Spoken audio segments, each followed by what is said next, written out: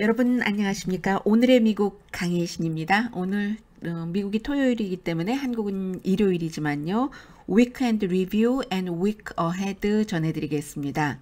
먼저 오늘은 미국을 이제 대통령을 통해서 어떤 나라다 하는 것을 짧게 함께 나누고 싶습니다. 버락 오바마 전 대통령이 일리노이주 시카고에 살기 때문에 그 지역에서 미국 사람들은 누구나 미국 시민이면은 배심원에 출두를 해야지 되는 그런 국민의 의무가 있죠. 그 통지서를 받았습니다. 그리고 이제 몇 번의 접촉이 있었던 것 같고, 오바마 대통령은 당연히 나는 시민으로서의 의무를 다하겠다. 말하자면 배심원에 출두해서 그 사건이 뭐 몇 개월이 걸리든지 배심원으로서 이제 민사 재판에 참여를 한다는 뜻을 전했습니다. 그러자 당연히 일리노이의 쿡 카운티라는 곳의 판사도 뭐 일단 국민의 한 사람인 오바마 전 대통령이 그렇게 얘기를 했으니까 받아들이기는 합니다.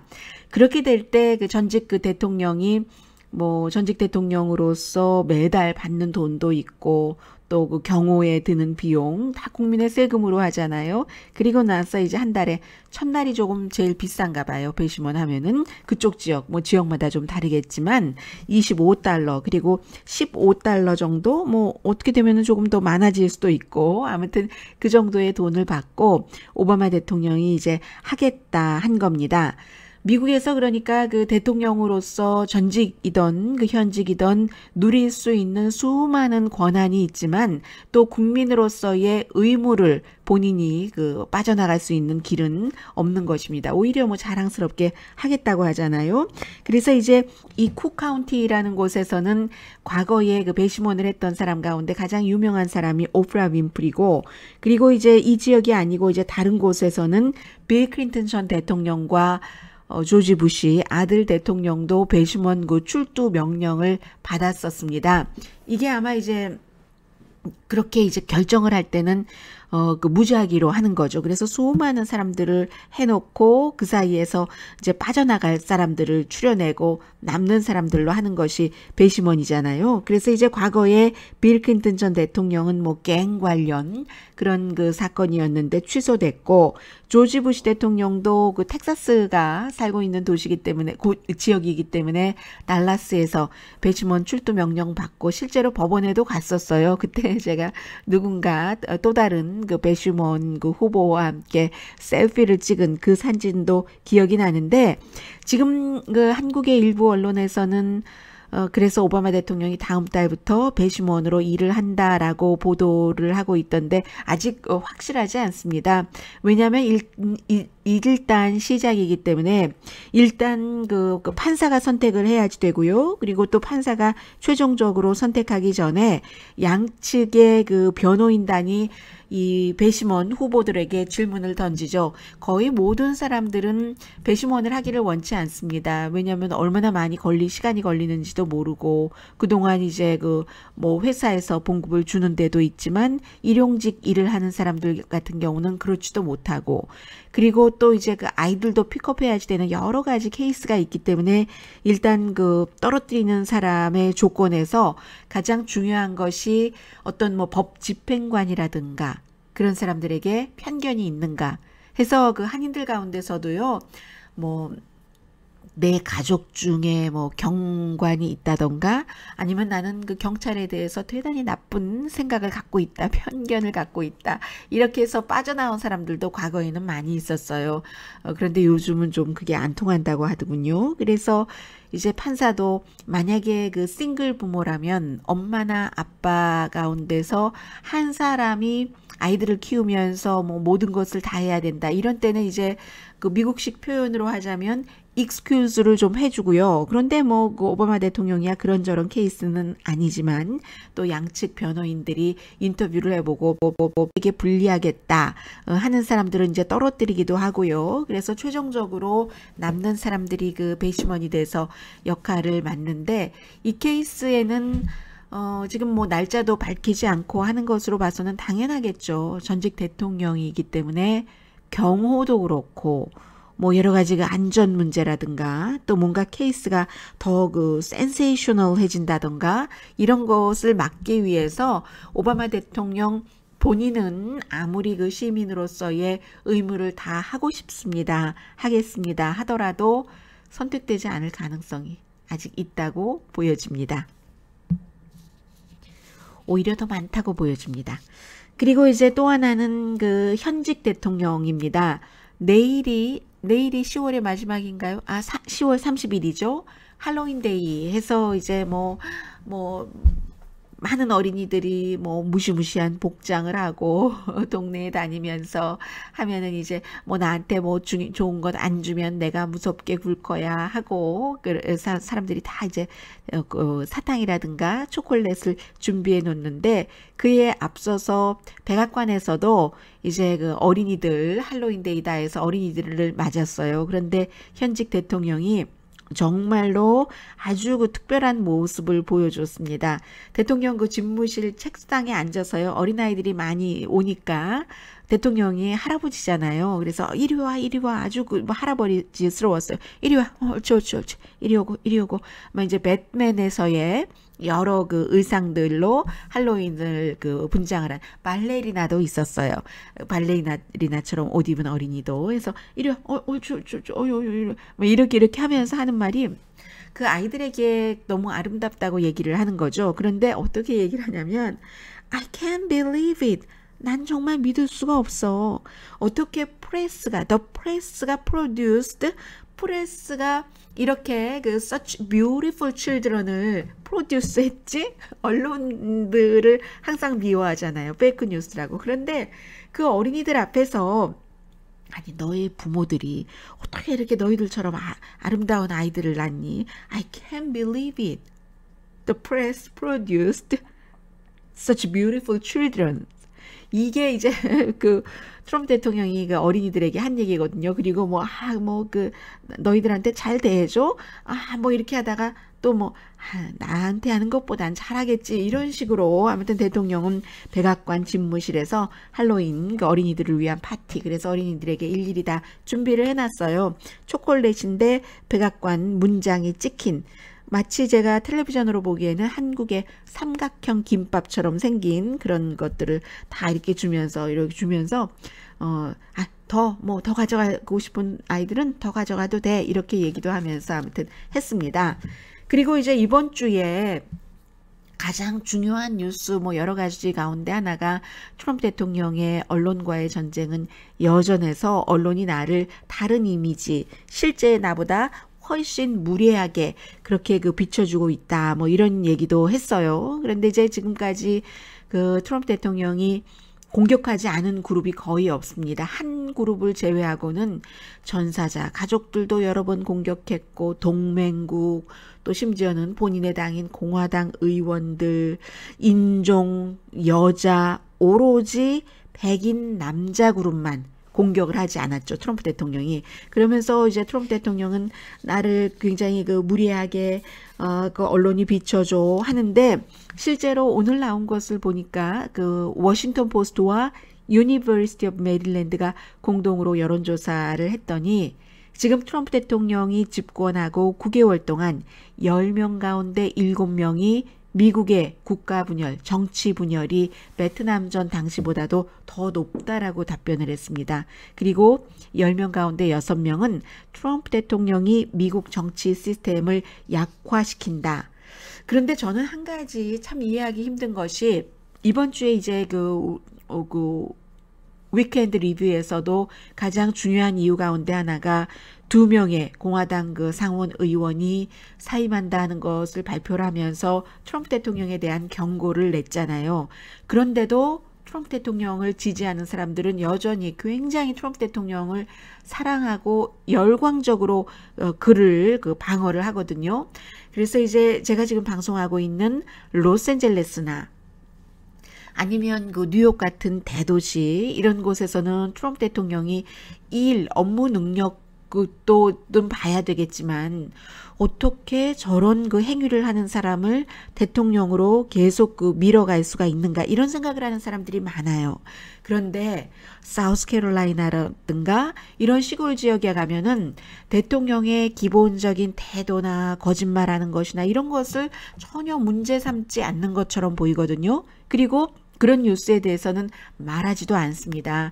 트럼프 대통령이 아주 강력하게 얘기를 해서 미국의 그 기업들도 미국으로 돌아온다던가, 거봐라 지금 월스트리트이 얼마나 좋아지는가라고 하던가, 굉장히 트럼프 대통령을 사랑하고 그 지지하는 그 이유에 대해서 저는 근본적으로 흐르는 흐름을 아직 그 파악하지 못하고 있습니다. 그래서 계속 그것을 그 파악하려고 하는 그런 노력은 하고 있다는 것을 말씀드리고요.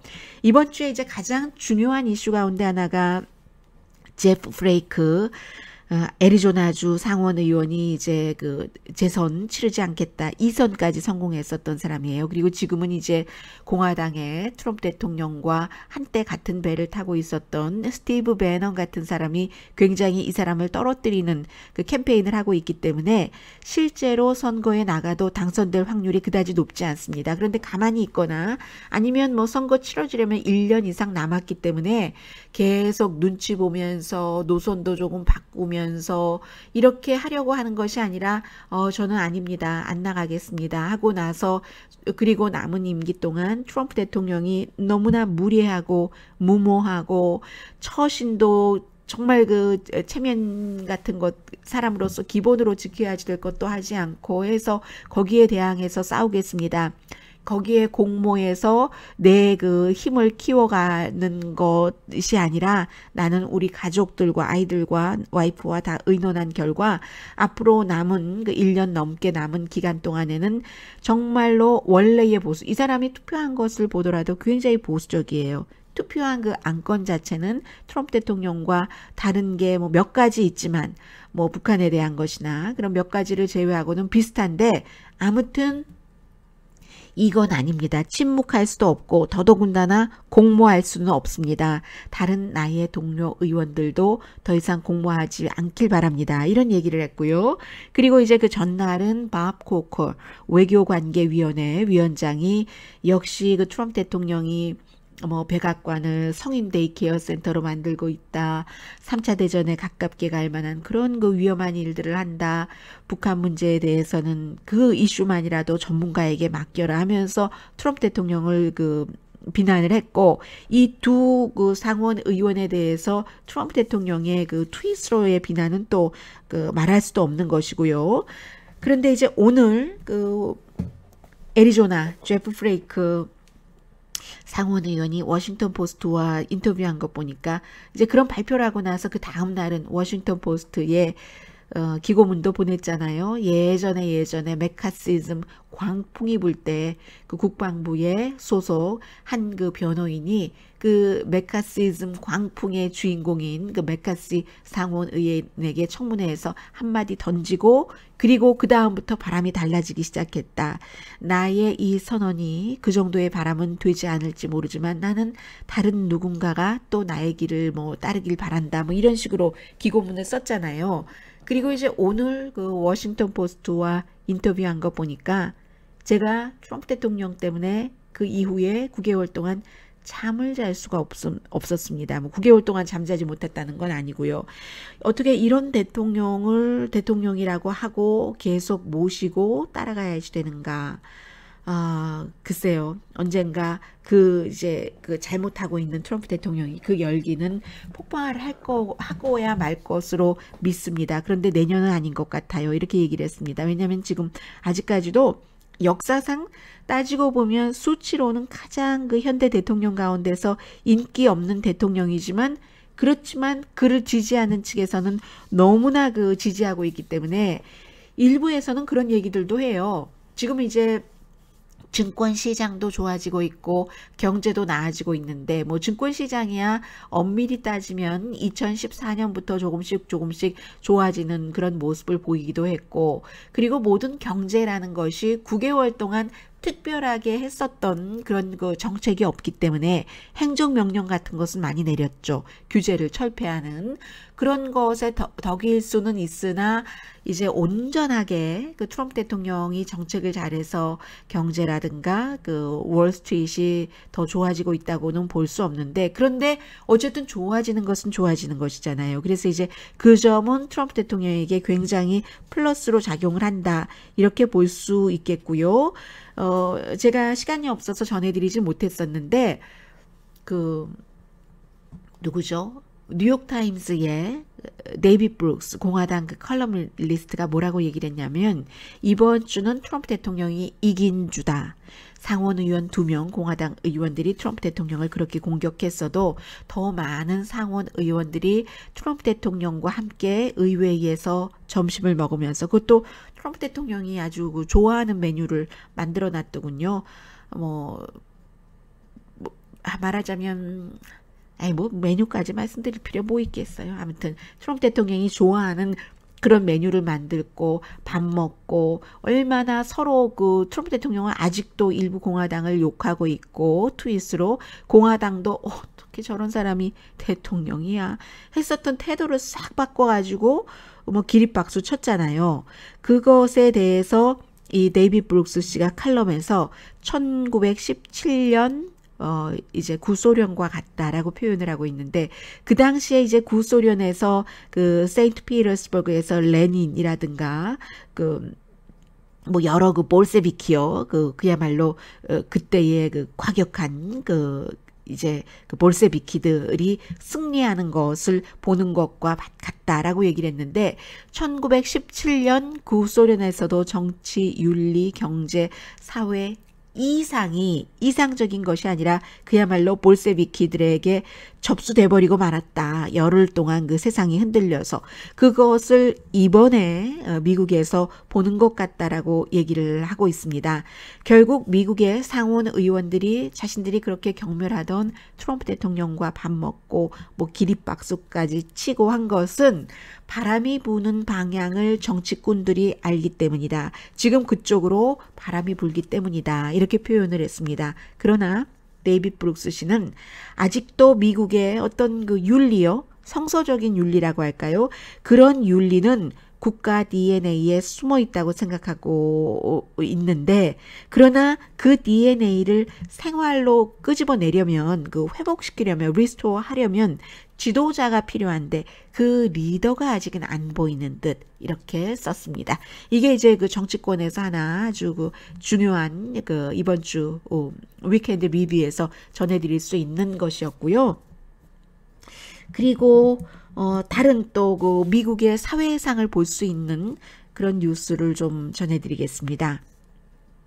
네. 그 전에 이제 한 가지를 살짝 언급드리자면은, 그동안 미국에서는 그 트럼프 대통령의 좀 성인스럽지 못한 그런 것들을 해군 4성 장군 출신인 존 켈리 비서실장이 잡아주기를 많은 사람들이 원했는데, 이번에 이 비서실장이 트럼프 대통령이 그 군인 미망인에게 분명히 그 잘못했던 부분이 있어요. 그런데 그 잘못했던 부분이 트럼프 대통령이 의도적으로 잘못했다기보다는, 예를 들어서 그 대통령이 많은 일을 하다 보면 전사군인의 이름을 제대로 기억하지 못할 수도 있고, 그리고 대통령이 어린아이들 저널리스트들 아이들을 모아놓고도 어떻게 저널리스트들이 너희 같은 아름다운 아이들을 프로듀스 할 수 있었는지 I can't believe it 하는 대통령이니까, 그 전사 미망인 미망인에게도 당신의 그 허즈번드라든가 아니면 그 설전 데이빗 존슨 이름을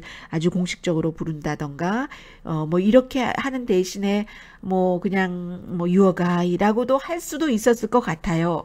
그런데 그런 일이 있다면 그냥 나의 뜻은 그렇지 않았지만 가슴 아팠다면 정말 사과합니다 한마디 했으면 끝냈을 것 같아요. 예를 들어서 이번 주에 제가 여러분들께 별로 전해드릴 가치를 못 느껴서 안 전해드렸는데, 아버지 부시 대통령이 93살인가요? 그런데 그동안 지난 5년 동안 이 사람은 휠체어를 타고 다녔던 사람입니다. 할아버지 중에 할아버지예요. 그런데 어떤 여배우가 한 명이 나오니까 그 다음에도 또 두 번째 여배우가 나왔는데 자신을 성희롱했다는 거잖아요. 어떤 그것도 공식 석상에서 또 와이프도 있는데, 바브라 부시 여사도 있는데 이제 사진을 찍을 때 휠체어에 탔으니까 이렇게 양쪽에 있는 사람들 손을 그 아버지 부시 대통령이 한다면 당연히 뭐 엉덩이 옆에 넓적다리 정도로 가지 않겠어요? 그게 이제 그러면서 말도 조금 그렇게 했다 해서 뭐 성희롱했다 하는데 뭐 미국 사람들이 농담을 잘하니까 뭐 말할 수도 있을 것 같고요. 그리고 이제 두 번째, 그리고는 인스타그램에 올리고 뭐 이랬다 하니까 두 번째 여자도 그랬다 하고 또 사진 보니까 그냥 넓적다리에 할아버지 손이 조금 올라갔어요. 당연히 휠체어랑 그게 맞으니까. 그리고 났는데 그럼에도 불구하고 내가 그렇게 한 일이 그런 그 고통을 줬다면 사과합니다 하고 두 번 사과했어요. 더 이상 누가 뭐라고 그러겠어요? 오히려 그렇게 뭐 사진 올리고 뭐 희롱이다라고 얘기한 사람을 흉보지 않을까 하는 느낌까지 드는데요. 그런데 이 그 트럼프 대통령의 공손하지 않았다. 그리고 뭐 사인할 때 다 그렇게 될 운명을 알았다는 식의 얘기도 그것도 나쁜 뜻으로 하지는 않았을 것 같아요. 그런데 그러면 이런 식으로 사과하고 끝나면 되는데 비서실장이 나와서 그 미망인에게 하나도 조의 표하지 않았습니다. 그리고 내가 내 아들이 숨졌을 때 얼마나 고통스러웠는지를 너무나 잘 그 표현을 했어요. 그리고 나서 그러한 상황을 그 미망인과 대통령의 전화 통화를 공개한 그런 그 흑인, 또 미망인이나 전사 군인 다 뭐 흑인이고요.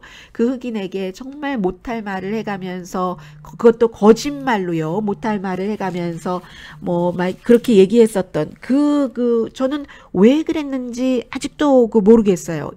그것을 밝혀주는. 그리고 나서 본인이 거짓말로 그 의원을 뭐 빈 수레가 요란하다는 등 뭐 자화자찬만 한다는 등 거기에다 또 트럼프 대통령이 싫어하는 오바마 대통령 이름, 제임스 코미 그 FBI 국장 이름까지 아무 상관없는데 몇 년 전에 이 케이스와는 연관 없는 것을 끌고 나와서 왜 그렇게 그 하원 의원을 쉬 하면서 하원 의원이라고 부르지도 않고 정말 모욕적으로 들렸거든요.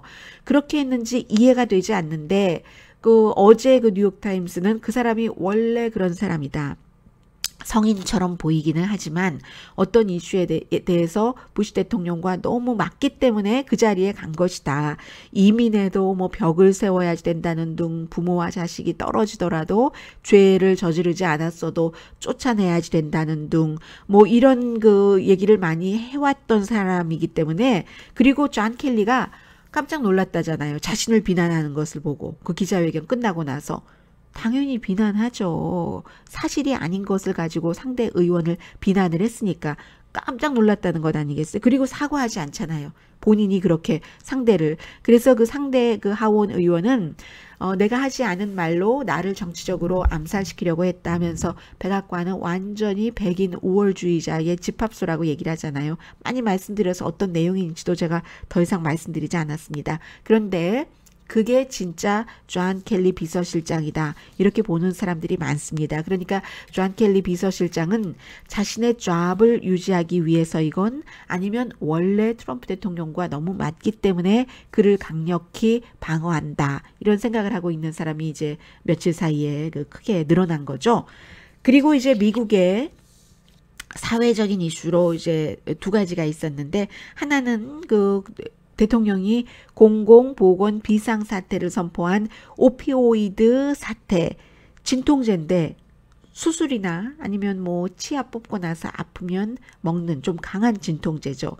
이게 마약으로 쓰이는 것이고 미국에 이제 전부 약장이 있는데 미국 사람들이 약을 많이 먹어요. 그 약장 속에 있는 것을 아이들이 먹었다가 뭐 중독돼서 숨지는 경우가 굉장히 많아져서 하루에 140명에서 150명, 많게는 1년에 5만 명에서 6만 명이 이렇게 숨집니다.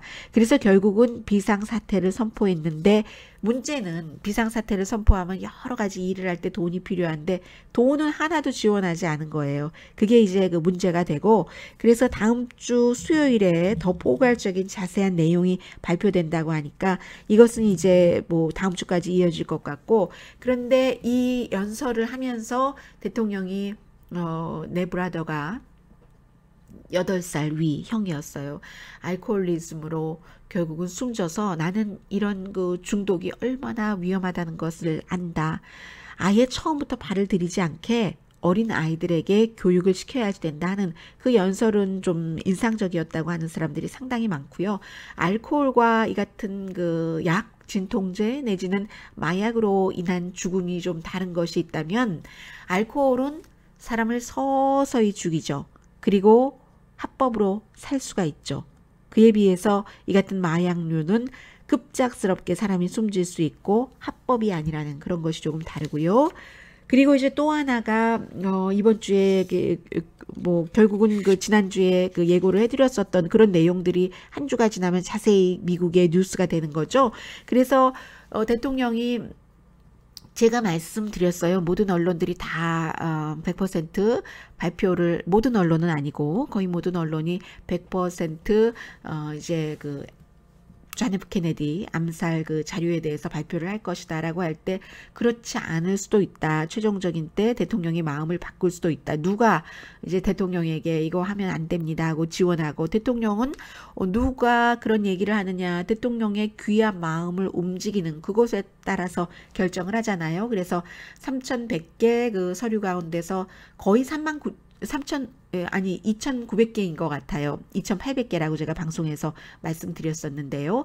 그 정도를 발표를 했는데 제가 방송에서 말씀드리지 않은 것, 새로 나온 것들 얘기를 해드립니다. 그러나 중요한 것은 이것이 지금까지 사람들이 몰랐던 것을 하고 놀라게 할 만한 새로운 사실들이 있었던 것은 아니에요. 그런데 이제 여러 가지, 특히 이제 린든 B 존슨 대통령이 생각을 했었던, 이제 케네디가 숨지고 나서 부통령이었으니까 대통령이 됐잖아요. 케네디의 죽음은 베트남 대통령을 암살한 그 DM 암살한 그 대가로 생각을 했다는 겁니다. 이 존슨은. 그에 비해서 이제 그 KGB는 그 러시아의 구소련의 KGB는 존슨이 이 뒤에 있을 것이다. 암살에 뭐 이런 얘기도 했고요. 그래서 구소련이 그 당시에 케네디 대통령이 숨지고 나서 굉장히 걱정을 했답니다. 왜냐하면 어떤 나라나 리더십이 없다는 것은, 적국인데도 적국의 리더십이 없는 리더십 베큐um, 이 기간이 우리의 마이너스가, 무조건 플러스가 아니고 마이너스가 될 수 있는 겁니다. 왜냐하면 적국의 리더십이 공백이 된다는 것은 그 전에 쿠바 사태와 있어서 후르시초프와 존 F 케네디가 조금씩 그 양보를 해서 이게 정말 그 핵 충돌로 가는 것을 막을 수 있었는데, 그런 리더십이 없을 때 미국의 강성 군인들이 구소련이 타격을 받을 수 있는 미사일이라도 발사한다면 어떻게 할 것인가 굉장히 염려하면서 소련의 그 많은 교회에서 댕그랑 뭐 이렇게 그 존 F 케네디를 추모하는 종을 울리고 했었다는 그런 내용들도 있고요. 그리고 미국의 FBI가, 미국은 이제 그 정보국이 두 군데잖아요. CIA는 주로 해외, FBI는 국가 뭐 수사권 있고요. 그래서 FBI가 암살자 오스월드가 그 이제 암살 사건을 일으키기 몇 주일 전에 멕시코에 갔었을 때를 쭉 추격을 했답니다.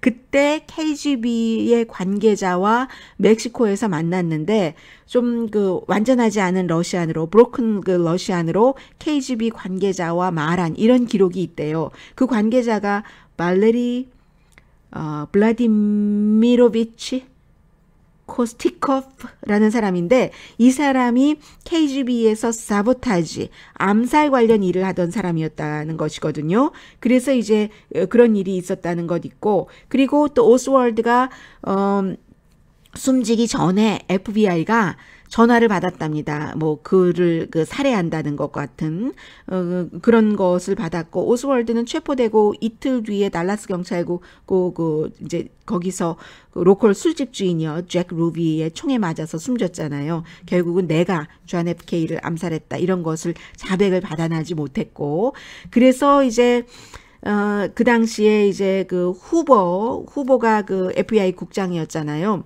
후보가 이 음모론으로 퍼지는 것을 굉장히 우려하면서 오스월드가 범인이라는 것을 미국 사람들에게 확인시켜야지 된다는 이런 그 관념 같은 것, 강박 관념 같은 것도 굉장히 많이 갖고 있었다. FBI에 뭐 손으로 쓴 비밀 메모 같은 것이 많이 남아 있는데 뭐 탑 백악관 관계자들이나 아니면 뭐 CIA를 취재하는 기자들이나 그런 모든 것에서 지금 이번에 발표된 것에서 나온 것이고요. 그리고 이런 내용도 있다네요. 그 안에 보면은 1963년도 11월에 그 암살당한 거잖아요. 존 FK가. 그리고 나서 로버트 케네디, 그때 이제 국방장관이었던 동생, 이제 그 동생에 대해서 1964년도에 암살당하고 그 다음 해예요. 이제 이 암살에 관한 책을 쓰는데 그 저자가 존 F 케네디뿐만이 아니라 로버트 케네디도 마릴린 monroe와 부적절한 관계였다. 모두가 다 아는 비밀이에요. 그래서 이 새로 이 관련 책을 쓰는 사람이 마릴린 monroe는 1962년도 8월 달에 로스앤젤레스에서 이제 숨졌잖아요. 뭐 자살로 지금 나와 있습니다만 그 수사 결과가 자살입니다만은 자살이 아니고 이게 타살이다 하면서 이제 그 로버트 케네디가 monroe가 숨진 날 monroe의 아파트먼트에 갔었다 하는 것을 책에 쓰려고 한다. 이 저자가 뭐 그런 얘기도 이번에 발표된 기록에 있답니다. 숨진 날 이 샌프란시스코의 그 로버트 케네디는 와이프와 같이 있었던 것으로 드러났죠. 밝혀졌죠. 본인이 주장대로. 그리고 이제 그 마릴린 monroe에게 내가 내 와이프와 이혼하고 너와 결혼할 거야. 뭐 이런 말도 뭐 했다고 하잖아요. 뭐 설에 의하면.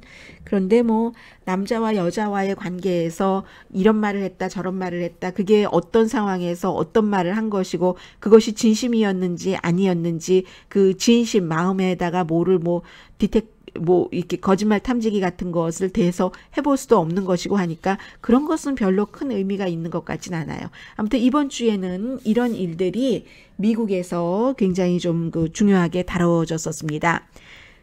그리고는 역시 북한에 관한 것을 따로 떼서 말씀드릴 수밖에 없겠죠. 말씀드립니다.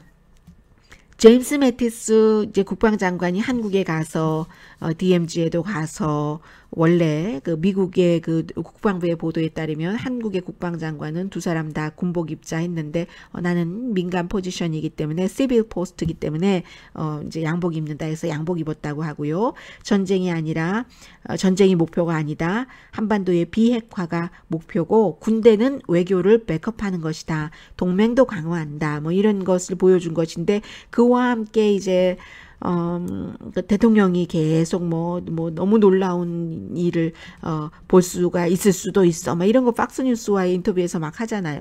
그런 대통령과 반대되는 모습을 국방장관이 보여준 것이고요. 그리고 이제 어제 오늘은 또 북한이 핵에 집착한다 이런 얘기도 많이 나오고 있고 오늘 또 뉴욕타임스가 새로운 내용을 보도하고 있는데 전해드리겠습니다. 그 사이에 이제 전시 작전권을 한국이 다시 요구를 하고 있는데 미국은 한국이 준비되지 않았다고 생각한다. 그리고 CNN이나 뉴욕타임스 등 많은 언론이 북한 사람들이 얼마나 굉장히 지금 똘똘 뭉쳐 있는가, 미국이 북한에 너무나 큰 위협이라고 생각하는 것을 부당하다고 느끼면서 그런 모습들을 북한에 가서 직접 취재해서 많이 보여줬습니다. 미국 사람들에게 그런 것들이 있었고, 그리고 이제 오늘 이제 AP통신을 포함해서 많은 언론들이 매티스 국방장관이 북한의 핵 공격 위협이 정말 강해지고 있고 주변국과 세계의 위협인데 북한 핵 파워를 미국이 용납한다는 것은 상상할 수 없다. 이런 말 한국에서 한 것을 굉장히 강하게 얘기를 하고 있고요. 미국에서도 전해지고 있고요. 그리고 어떤 북한이 만약에 핵무기를 사용한다면 아주 미국은 효과적이고 압도적인 방법으로 막대한 그런 위력으로 군사 대응을 할 것이다. 이런 얘기들도 했고요. 그리고는 오늘 뉴욕타임스의 보도를 좀 전해드리겠습니다. 북한이 이 핵무기에 대해서 한국 사람들에게 다시 생각하도록 이끌었다, 일깨워줬다 하는 내용이거든요. 미국이 핵 진위를, 북한의 진위를 병 속에 계속 가둬둘 수 있는가? 핵 옵션에 대해서 요즘 한국 분들이 날마다 대화를 하신다는데 그렇습니까? 지금 그 뉴욕타임스가 최상훈 특파원을 포함해서 나머지 그 두 사람은 그 한국계가 아닌 세 사람이 지금 함께 쓴 기사거든요. 미국이 그 결정적인 순간에 우리 대한민국을 방어해 주지 않으면 어쩌지? 뭐 이런 생각도 하신다고 하고요. 그래서 한국 사람들의 60%는 핵무기 개발을 지지하고 70%는 미국 그 전술 핵무기를 다시 들여와야지 된다. 이런 뭐 생각을 하고 있다는, 미국이 해주지 않고 있지만 그런 내용들을 전하면서, 그런데 일본은 아직 조금 다르다고 얘기를 합니다. 핵공격 고통을 유일하게 받아본 나라가 일본이고 유일하게 일본에 해본 나라가, 다른 나라를 다 통틀어서요, 뭐 세계에 그걸 써본 나라가 미국이잖아요. 한국까지도 핵을 갖게 된다면 그러면 일본의 여론도 달라질 것이다. 또 이제 아베 신조의 입장이 있고 지금 뭐 선거에서 승리를 했잖아요. 또 다음에도 총리가 될 것 같고 하니까 그렇게 될 경우는 두 나라뿐만이 아니라 호주, 미얀마, 대만, 베트남 다 지금부터 생각을 할 수밖에 없죠. 헨리 키신저라는 미국과 중국의 그 문을 열었고, 이 사람이 그 핵 전략가잖아요. 그 콜드워 때부터 지금 90살이 넘어서 94세인가 그런데 다 봐왔어요. 다 봐온 사람입니다. 북한이 핵무기를 가지면 아시아에 퍼진다. 이 얘기가 어제 오늘 사이에 있었던 것은 아니지만 요즘은 너무나 그 절실하게 와닿는 얘기가 된다는 겁니다. 서울과 일본은 북한이 이제는 그야말로 핵을 지킬 것이라고 생각을 한다는 거죠. 이제 와서 그 핵을 포기한다면 너무 많은 대가를 치러야지 되고, 그리고 이 핵으로 가질 수 있는 것이 너무 많기 때문에 포기하지 않고 지킬 것이라고 생각을 하고, 그럴 때 우리는 어떻게 해야 되는가 하는 그 옵션을 지금 마련을 하고 있다는 거죠. 결론은 이미 그렇게 내렸다는 겁니다. 그래서 이제 한국에 24개의 핵 원자로가 있는데 플루토늄 생산 능력 당연히 있고요. 그 2015년의 기준으로 한국이 지금 4,300개의 핵폭탄을 만들 수 있는 정도의 능력이 있다고 본답니다. 이게 누구냐면은 미국 과학자협회의 회장인 찰스 디 포거슨 씨가 2015년도에 한국의 핵 능력을 결론 내린 것이래요. 그래서 이제 6개월 안에 만들 수 있다 하는 그런 뭐 그 서울대학교의 뭐 핵 엔지니어링 교수의 얘기도 했고요. 다만 정치 의지가 있어야 되는데 지금 문재인 대통령은 핵무기를 만들 정치 의지는 없다는 거잖아요. 그렇게 그것조차 갖게 되면 북한과 대화를 할 수가 없다. 북한을 설득시킬 수가 없다. 그런데 이제는 이제 북한의 핵 능력이 점점 강해지고 또 미국의 그 대통령도 위험한 발언들을 마구 하면서 문재인 대통령처럼 생각하는 게 지금 소수라는 얘기를 뉴욕타임스가 한국에서는 전해주고 있습니다. 일본의 경우는 뭐 한 1년, 2년 안에 장거리 미사일 그 테크놀로지는 이미 있으니까 그런 핵무기를 만들 수 있고, 물론 다 태웠다, 우리는 없다, 뭐 핵연료 이렇게 일본에서 얘기를 하고 있어요. 그런데 10톤 정도의 플루토늄이 보관돼 있고 3,700만 톤 정도는 해외에 보관돼 있답니다. 물론 다 합법적인 방법으로 뭐 여러 가지 얘기를 하면서 보관을 해놓은 것이겠죠. 뭐 연료용이다 등등 여러 가지요. 그래서 일본도 준비만 하면 한다는 겁니다. 그래서 이제 이렇게 될 경우는 어떻게 되는가? 그런데 이제 그럼에도 하나는 트럼프 대통령이 말은 아주 터프하게 하지만 대부분의 한국 사람들은 the most라고 얘기를 했습니다. 말은 터프하게 해도 결국은 북한의 핵 능력을 지금의 수준에서 동결을 하고 북한은 그래서 그것을 이제 협박 도구로 사용을 하는 이 정도에서 결론 내지 않겠는가. 대부분은 most 그렇게 믿는다는 얘기입니다. 그리고 이제 북한이 핵을 갖고 있는 것이 전쟁을 하려고 그런 것이 아니다. 북한 자체도 그렇게 얘기를 하고 있고요. 그렇게 믿는 사람들도 많고, 그런데 이래저래 이제 문제를 해결할 수 있는 방법은 우리가 핵 억제력을 갖는 것이다. 우리 스스로가 미국에 뭐 기댈 것도 없이 그야말로 핵 인질로 살지 않으려면은 우리가 핵을 개발을 해야지 된다. 그래야만 북한을 또 핵 협상 테이블로 끌고 나올 수, 협상 테이블에 앉힐 수도 있다. 이런 지금 그 의견이 한국에 굉장히 많이 나오고 있다는 얘기예요. 물론 단계적으로는 전략적인 그 핵 배치를 다시 하는 것이 가장 확실해 보이지만 뭐 워싱턴이 좋아하지도 않고, 그리고 계속 언제까지, 이것은 뭐 꼭 한국뿐만이 아니고 너무나 당연한 얘기 아니겠어요? 그렇게 생각한다는 것을 미국에서도 당연하게 생각할 것 같고요.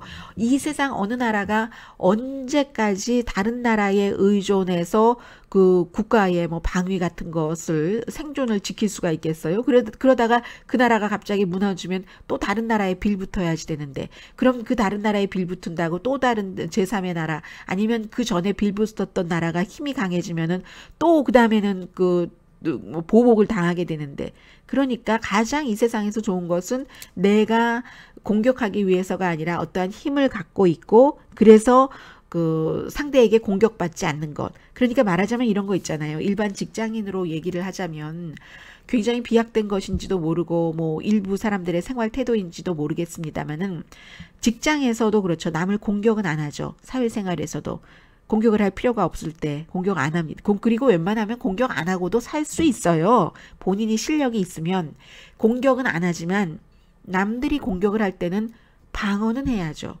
방어도 못하면 그거는 본인을 그 자존감 있게 지키는 게 아니잖아요. 그 본인 한 명의 생명체가 됐던, 본인 주변의 부서가 됐건, 그 본인의 가족까지가 포함이 돼 있건, 누군가가 부당하게 공격을 할 때는 방어할 능력은 있어야지 된다는 거죠.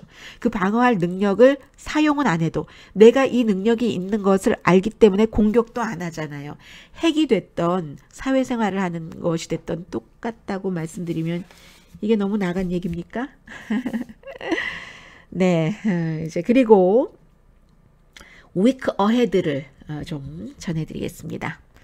네, 다음 한 주일은 미국에서 어떤 일이 있을 것인가. 물론 이제 지금 북한 문제를 말씀드렸으니까 다음 주에 뭐 며칠이 될지 모르겠어요. 지금 미국에서 잘 알려진 인물도 있고 그렇지 않은 인물도 있는데, 뭐 코리 부커 같은 경우 알려졌나요? 민주당의 3명 그 의원이 상원 의원입니다. 크리스 머피 의원이 주도를 해서 이제 함께 발의를 하는데, 트럼프 대통령이 너무 위험하기 때문에 만약에 대통령이 선제 공격을 어디엔가 한다면 그것을 의회의 지지 없이 선제 공격을 하지 못하도록 하는 법안을 다음 주에 그 발의를 합니다. 이번 주에 이미 공개를 했어요. 그리고 이제 다음 주에 공식적으로 발의를 하는데, 공식적으로 할 때 이제 그 여러 가지 자세한 내용이 나오겠지만, 한 가지 분명한 것은 미국이 갑작스럽게 뭐 군사 공격을 당한다던가 이런 때는 이제 제외를 하겠죠, 당연히. 그리고 이제 다음 주 한 주일 동안은 원래는 이번 주에 될까 했는데 연방준비제도 의장을 다음 주에 누가 되느냐를 지명을 할 것 같고요. 그리고 앞서 말씀드렸었던 오피오이드라는 그 진통제 마약 성분에 이것에 대한 좀 구체적인 내용이 일단은 나올 겁니다. 그리고는 이제 그 트럼프 대통령이 아시아를 방문하기 때문에 이게 이제 그 뒤 다음 주 후반부부터는 미국에서 빅 뉴스가 될 텐데, 특히 이제 그 트럼프 대통령의 아시아 방문에서 마지막에, 물론 에이펙 그 정상회의에 참석을 하고 마지막에 열리는 그 러시아까지 포함해서 그런 그 회의에 참석하지 않고 미국으로 돌아오기로 했기 때문에, 그 사이에 또 바뀌었는지는 모르겠어요. 자주 바뀌니까요. 그래서 만약에 그렇게 될 경우는 트럼프 그 대통령 대신에 렉스 틸러슨 국무장관이 미국의 대표로서 대통령 자리에 앉을 수는 있는데, 항상 대통령이 앉는 것과 대리인이 앉는 것은 무게감이 다르잖아요. 그래서 트럼프 대통령이 그 마지막 회의에 모임에 참석하지 않는다는 것은, 나는 뭐 아시아 그 관계에 있어서 별 관심이 없거든. 미국 것 이외에는, 미국과 직접적으로 연관되는 것 이외에는. 근데 이런저런 것 바깥에서 나중에는 직접적인 미국으로 연관되는 것도 있고 하는 것 같아서, 아무튼 뭐 아시아 국가로 볼 때는 우리 별로 중요하게 생각하지 않는 것 같아 하고 그 해석을 할 수는 있죠. 그리고는 그 자리에 시진핑 중국 국가주석이 또 많은 활동을 할 수도 있고요. 네, 그리고 이제 다음 주에 어떤 중요한 뉴스가 있을까 제가 생각이 되냐면요. 우선은 지금 그 러시아 스캔들이 굉장히 다음 주에 중요하게 뉴스가 될 겁니다. 왜냐면은 그 로버트 뮬러 그 특별검사가 과연 트럼프 대통령 캠페인 시절과 뭐 그 이전과 뭐 러시아와 어떤 관련이 있는가 하는 것을 수사를 하는데 워싱턴의 그 연방 대배심이 기소하도록 승인을 해줘서 제일 처음 이제 기소하는 사람이 생기는 거예요. 그래서 지금까지는 이런 어떻게 보시면 되냐면 지금까지는 뭐 공화당에서는 이렇다, 민주당에서는 이렇다, 트럼프 대통령은 거봐라, 나중에 이제 후반부에 내 뒤를 캐는 돈을 힐러리 클린턴과 민주당이 되지 않았어? 이렇게 얘기를 하면은 또 이제 민주당 측에서는 그런데 그 전반부에는 그 또 다른 그 제가 잘 소개해드리지 않아요. 왜냐하면 루머도 많고 해서 그 워싱턴 프리 비컨이라는 보수적인 웹사이트거든요. 힐러리 클린턴과 민주당의 돈이 들어가기 전에는 바로 이 워싱턴 그 프리 비컨이 그 돈을 댔었다는 겁니다. 그때는 꼭 트럼프 뒷조사만 해라 하는 게 아니라 공화당 그 후보들의 뒷조사를 다 하라고 하다가 트럼프가 후보가 될 것 같으니까 그 다음에는 중단했어요. 사실은 뒷조사는 다 하는 겁니다. 후보로 나가면 어느 쪽에서건. 그러니까 뭐 예를 들어 민주당이 돈을 댔다, 공화당이 돈을 댔다, 그건 나무랄 수도 없는 거예요. 합법적인 일이니까. 당연히 상대방의 약점을 알아야지 공격을 하죠. 그래서 결국은 뭐 그 전에는 그 워싱턴 프리 비컨이 됐다, 후에는 뭐 민주당이 됐다 하는데 이것도 참 저는 어떻게 보면은 이런 말씀을 드리고 싶은데 오늘 정규 방송도 아니고 워싱턴 프리 비컨의 그 투자가 중에서 제일 많은 투자를 하는 그 뉴욕의 헤지펀드 억만장자가 있거든요. 폴 싱어라는 사람이 있는데 이 사람이 처음부터 트럼프를 너무 싫어했어요. 예비선거 때 막 비난하고 본인은 그 마르코 루비오라는 플로리다주의 상원 의원을 지지했는데 루비오가 이제 그 사퇴를 하고 나서도 트럼프 계속 반대 하다가 결국은 나중에 그 트럼프 되고 나니까 서로 화해하고 백악관 방문하고 또 뭐 기부금 100만 달러 대주고 막 이랬거든요.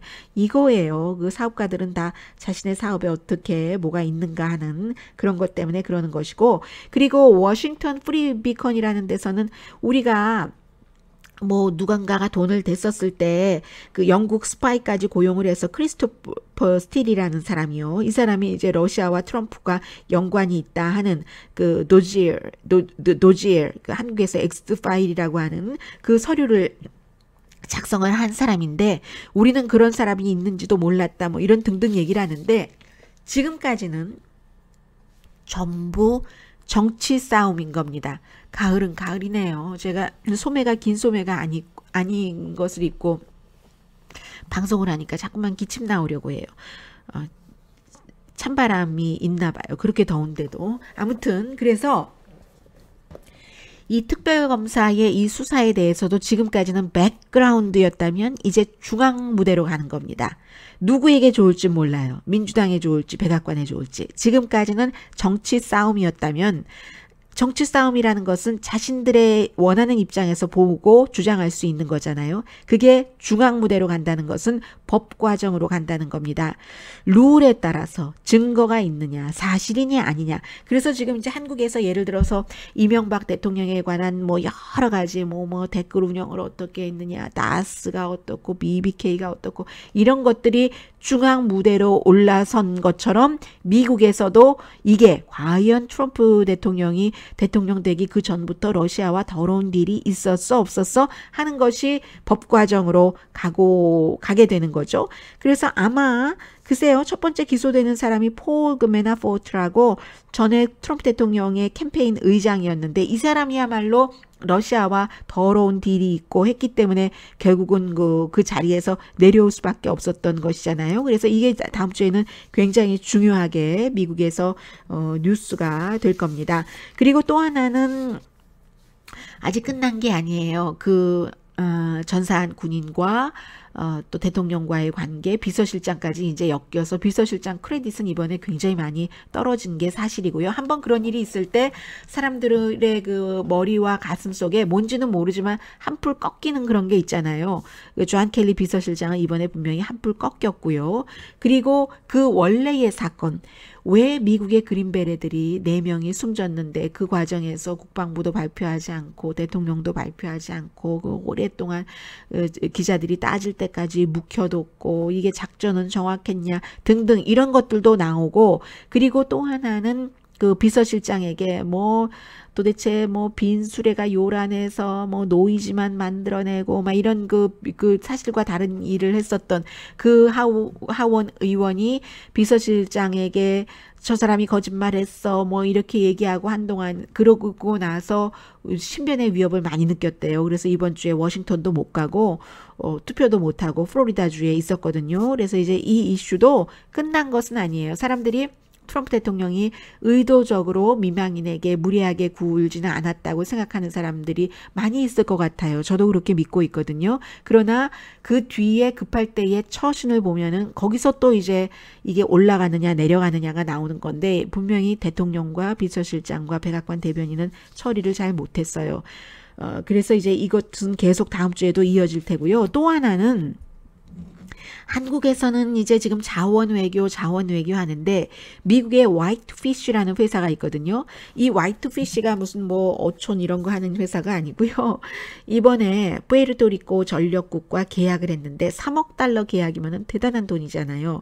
푸에르토리코가 허리케인이 지나간 이후에 전력 공급도 아직 안 되고 있고 해서 그런 것을 맡는 계약 회사입니다.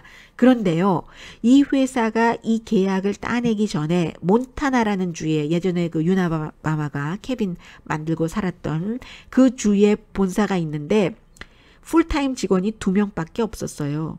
그리고 이런 일을 해본 경험도 별로 없고 지금까지 가장 큰 경험이 130만 달러짜리 계약을 애리조나 뭐 그쪽과 같이 해서 한 일이니까 뭐 직원이 2명밖에 없다니까 오죽하겠어요. 그런데 그런 회사가 3억 달러짜리 그 승인을 받은 거예요. 그 계약을. 그래서 이게 사실은 제일 먼저 워싱턴 포스트에서 보도해서 며칠째 계속 나왔는데 저는 모든 미국에 살고 계시는 또 한국과 세계에 살고 계시는 한인들에게 좀 웬만하면 인간적으로 공통적인 그런 이슈를 미국을 통해서 미국을 알려드리고 싶습니다. 세세한 모든 것들을 어차피 다 커버할 수가 없고 그게 모든 사람의 인생의 의미가 꼭 될까 하는 생각이 있기 때문인데요. 그래서 이 내용을 안 전해드렸는데 며칠 이렇게 흐르면서 이게 내무부 장관과 연관이 있는 건가? 왜냐하면 지금 내무부 장관도 뭐 전세기 타고 다니고 뭐 돈을 뭐 물어내고 뭐 등등 여러 가지 그 이슈가 많은 사람인데 왜냐하면 내무부 장관의 그 고향인 그 몬타나이기 때문이죠. 그리고 대통령이 내무부 장관 말을 잘 들어요.